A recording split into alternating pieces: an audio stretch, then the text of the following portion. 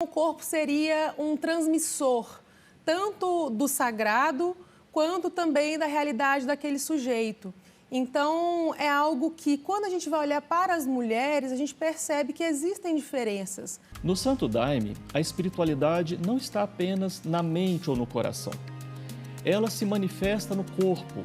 Mais do que um meio de vivência religiosa, o corpo é, como afirma a nossa convidada de hoje, Paulina Valamiel, um campo onde se produzem e negociam normas, sentidos e experiências do sagrado.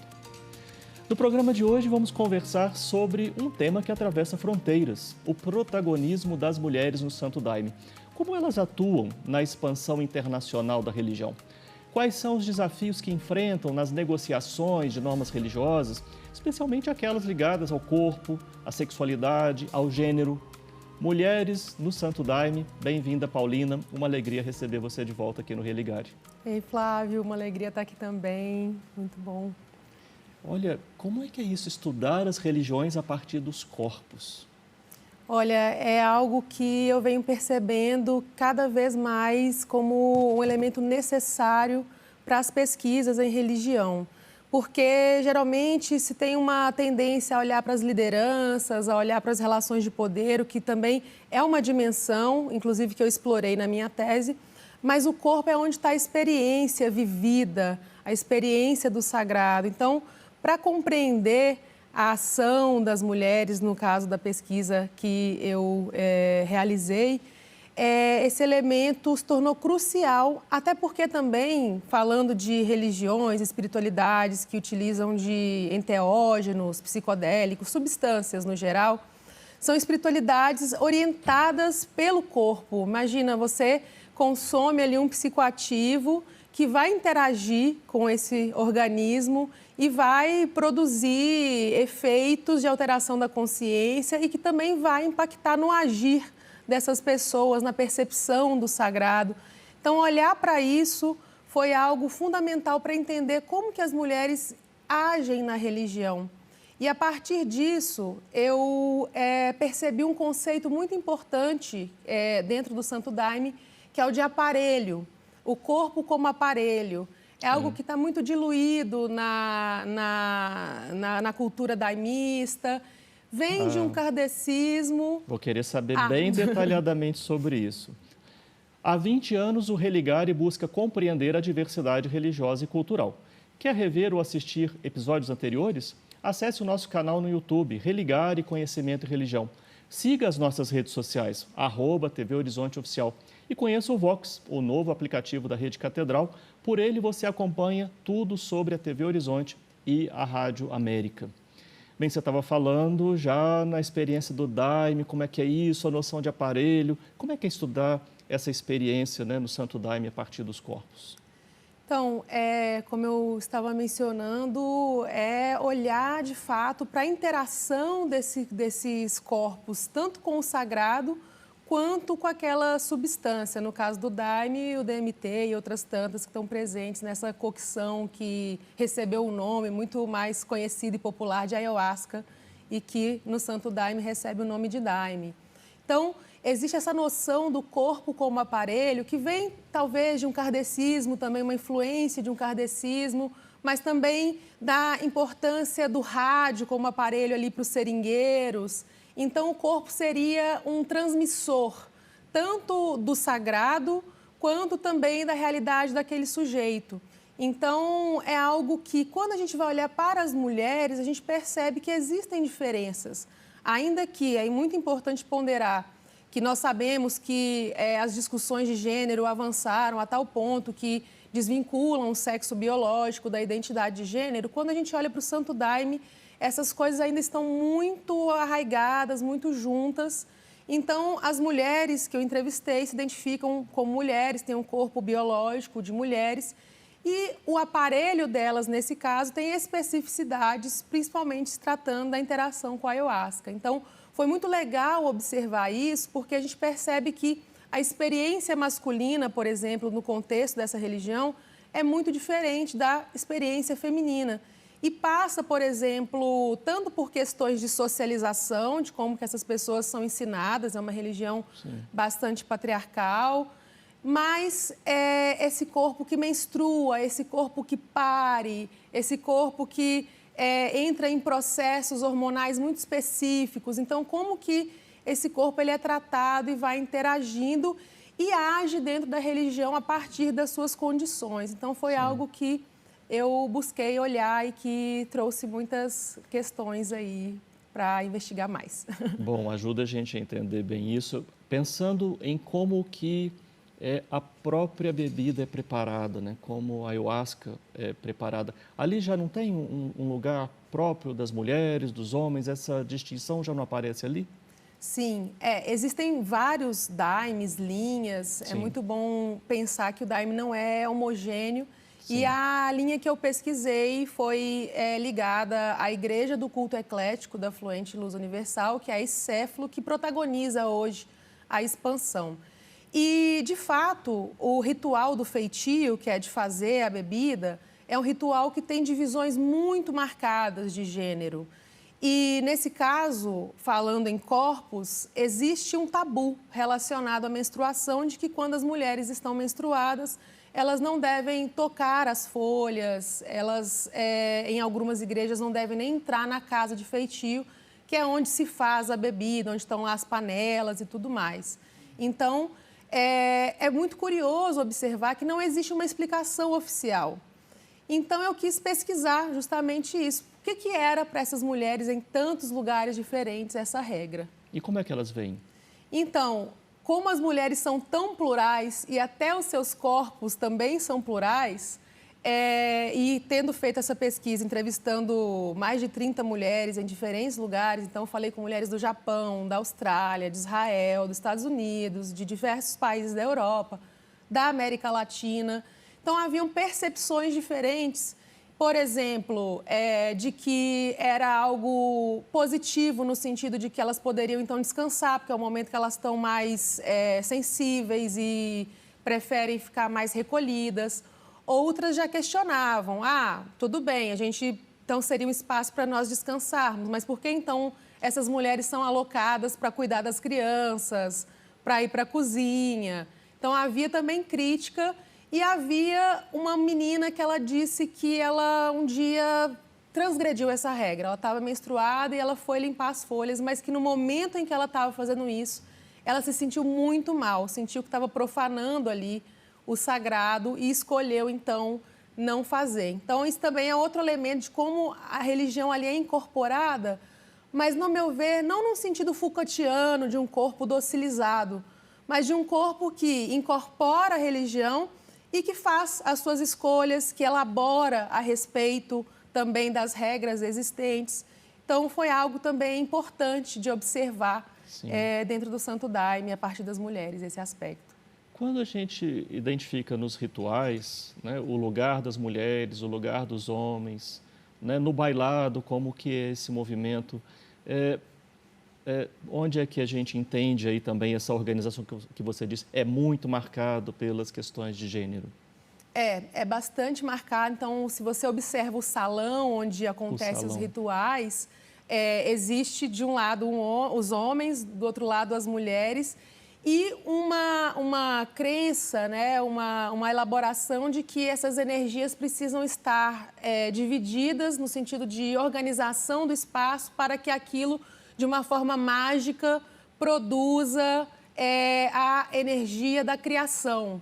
Então, bastante calcado também numa heteronorma e que vem de uma herança católica, né? Então, isso é bem interessante, mas é bom observar que novos arranjos têm sido feitos. Então, por exemplo, em Israel, eu tive notícia de uma pessoa trans que foi realocada para um outro batalhão.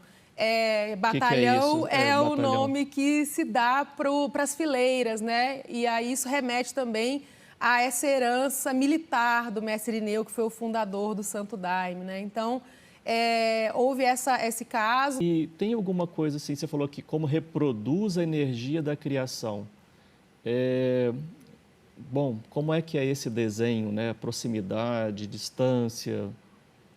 Isso é bem interessante. E conversando com uma mulher da Finlândia, daimista também, e essa é uma coisa interessante também, que os daimistas fora do Brasil, a minoria é brasileiro, né? Uma religião Sim. de não brasileiros fora do Brasil. E conversando com essa mulher lá da Finlândia, ela me disse isso, né? Que de um lado estão os homens, do outro as mulheres. Existe, então, esse movimento do bailado, 3 para cá, 3 para lá, ou a valsa, mas que geralmente vai rodar dessa forma.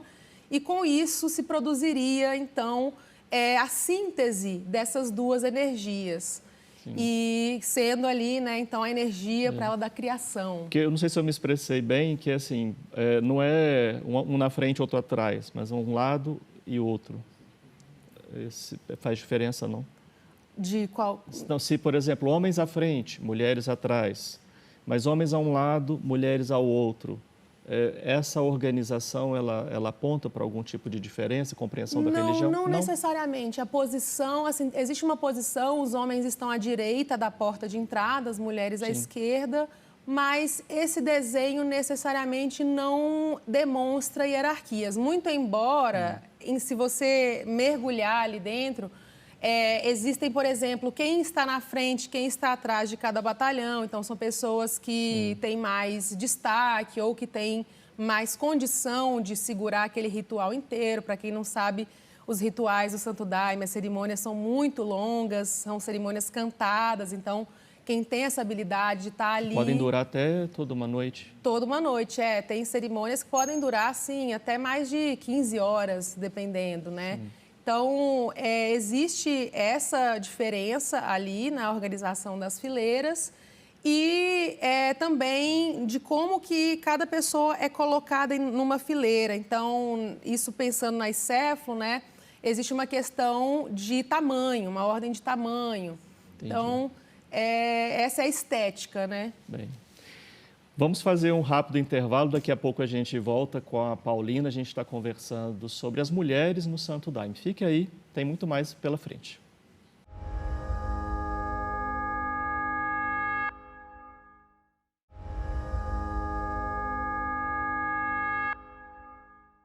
E as mulheres, elas são centrais e modeladoras desse processo de expansão, de transnacionalização do Santo Daime.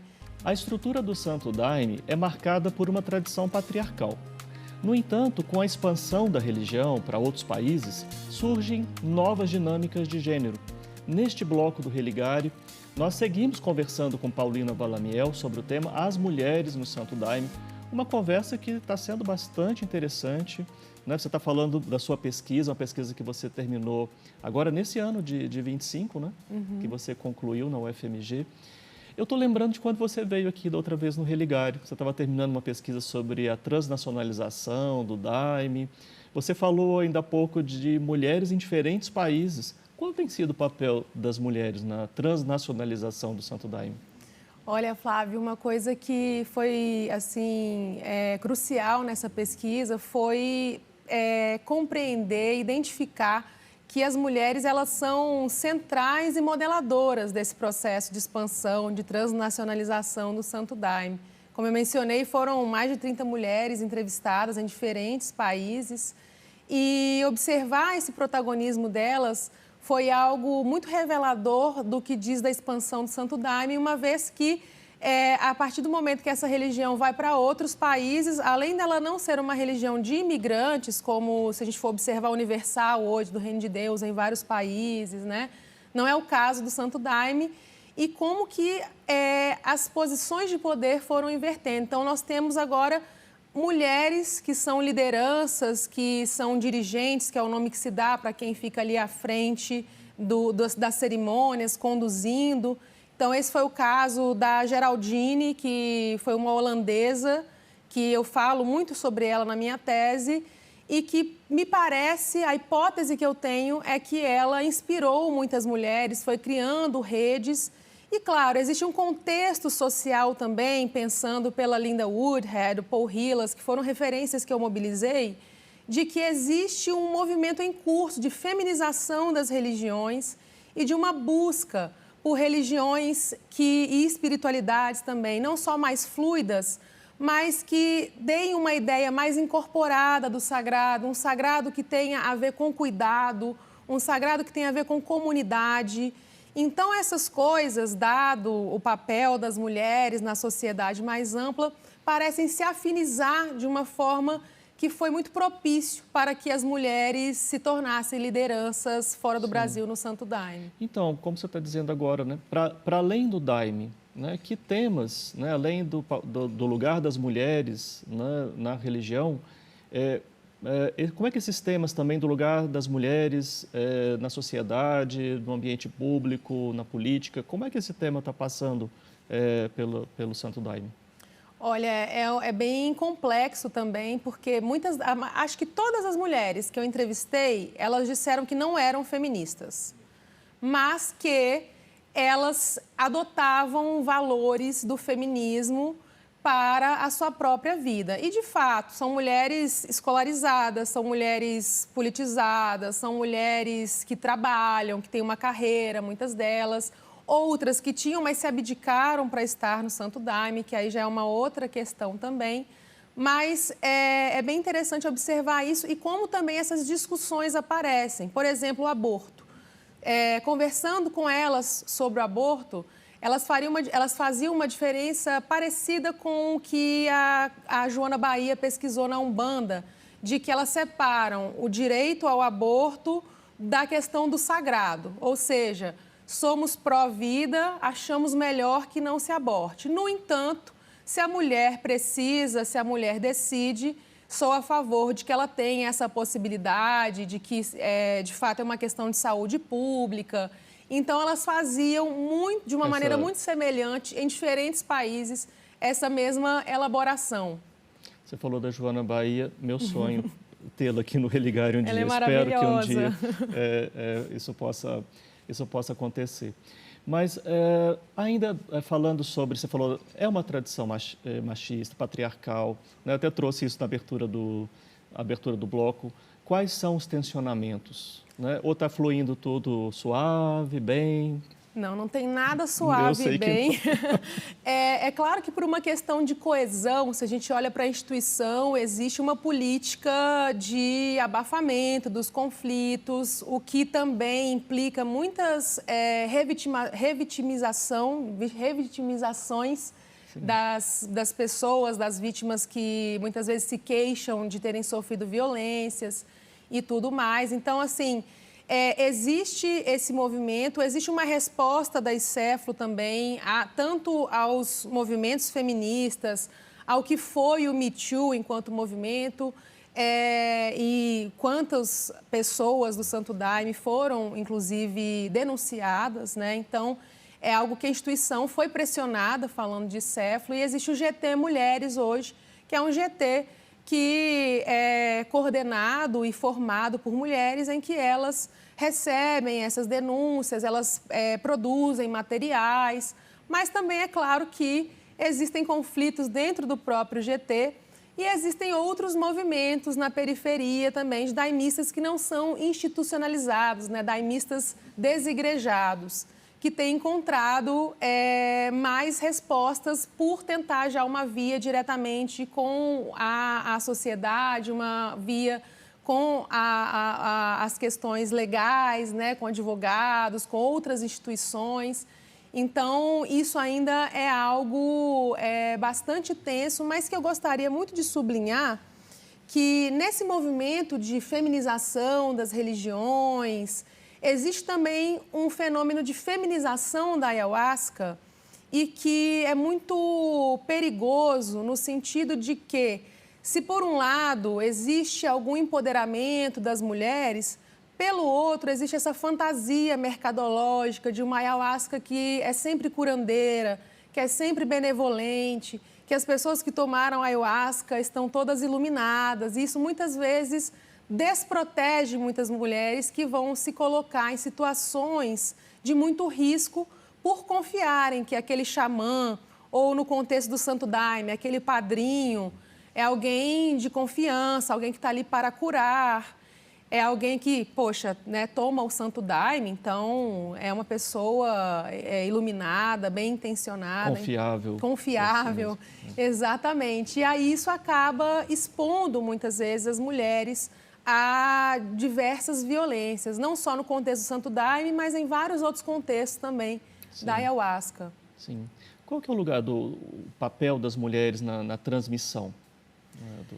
O papel das mulheres na transmissão é fundamental, é primordial, porque se a gente for pensar só no... Pensar no papel das mulheres nas religiões, né? O papel da Não, no transmissão. mundo também, assim, é crucial, vital, né? E no Santo Daime não diferente. A começar pelo mito fundador, que embora tenha sido um homem negro, neto de pessoas que haviam sido escravizadas, o mestre Irineu, que tenha fundado a religião, mas o mito é de que ele recebeu dessa divindade que ele entendeu como a Virgem da Conceição.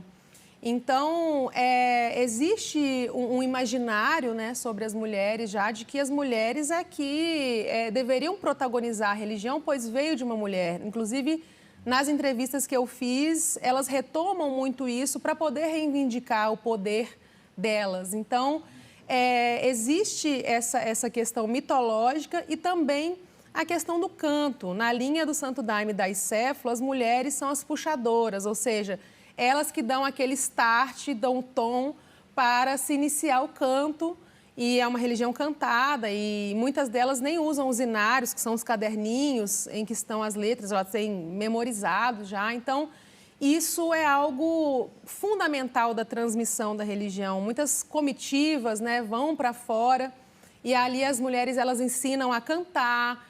E aí é interessante observar que o cântico é em português, é com um sotaque mapiense lá do Amazonas. Então, é muito legal observar pessoas de outras nacionalidades se esforçando para cantar em português e algumas delas fazendo isso com muita excelência, aprendendo a falar português e muito enfáticos de que querem saber do português brasileiro, porque esse é o português de Deus, é o português divino, né? Então, é muito, do ponto de vista da decolonialidade até, Sim. Interessante observar essa contradição também. Sim. Bem, acho que a gente não pode ficar aqui só nesse religário, né? Você tem dado cursos, formações, né? Como é que a gente faz para acessar? E conta para nós o que você está fazendo aí na sua formação sobre o tema do Santo Daime. Então, eu defendi a minha tese agora no início de março, então... De 25, né? Sim. Você até estava lá presente, né? Pôde ir lá um pouquinho, foi ótimo ter sua presença. E aí, desde então, enquanto eu aguardo os editais de concursos e tudo mais, eu estou trabalhando com algumas formações para poder também estar na academia e poder transmitir um pouco desse mergulho que eu fiz. Então, eu tenho uma formação sobre mulheres e espiritualidades enteógenas do Sul Global, essa palavra também aí ligada a essa experiência psicodélica, ligada às substâncias, e uma outra formação mais recente sobre religiões e espiritualidades psicodélicas como fenômenos sociais. Então, olhando para esse universo que tem cada vez mais sido procurado, tem ocorrido um hype, né, muito grande, e é muito importante olhar para esse universo a partir da espiritualidade, da religião, enquanto também uma forma de resistência ao que o mercado tem feito com essa substância. Então, é isso que tenho feito no momento. Que bom. Conta para nós como é que as pessoas podem acessar. Então, as pessoas podem acessar no meu perfil do Instagram. Esses cursos eu tenho dado pela plataforma do Simpla. E vai ser bem legal poder contar com as pessoas por lá para discutir um pouco mais desses fenômenos. O @Paulina Valamiel, que a gente deixou aqui também no vídeo para o pessoal te acessar.